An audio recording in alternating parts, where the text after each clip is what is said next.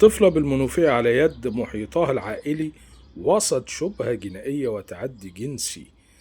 هزت قرية ميت شهالة التابعة لمركز الشهداء محافظة المنوفية مشاعر الأهالي بعدما فارقت الطفلة الصغيرة عمرها 4 سنوات الحياة في ظروف غامضة داخل منزل أسرتها في حادثة أثارت الرعب والذهول بين الجيران. تحركت على الفور الأجهزة الأمنية عقب تلقي البلاغ في محاولة السيطرة على الموقف وجمع المعلومات من محيط الحادث. تم القبض على الجد ووالد الطفلة والتحفظ عليهما تمهيدا لاستكمال التحقيقات.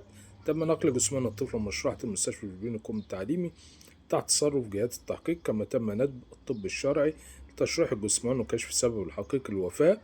جاءت المفاجأة لتكشف التحريات الأولية أن الواقعة بدأت بالشكوك حول محاولة الجد دفن الطفلة دون تصريح رسمي للدفن، وهو ما رفضه العاملون بالمقابر، ليتم عرض الطفلة على طبيب متخصص الذي لاحظ آثار إصابات غير طبيعية على جسدها، ما دفع لإبلاغ السلطات فورا.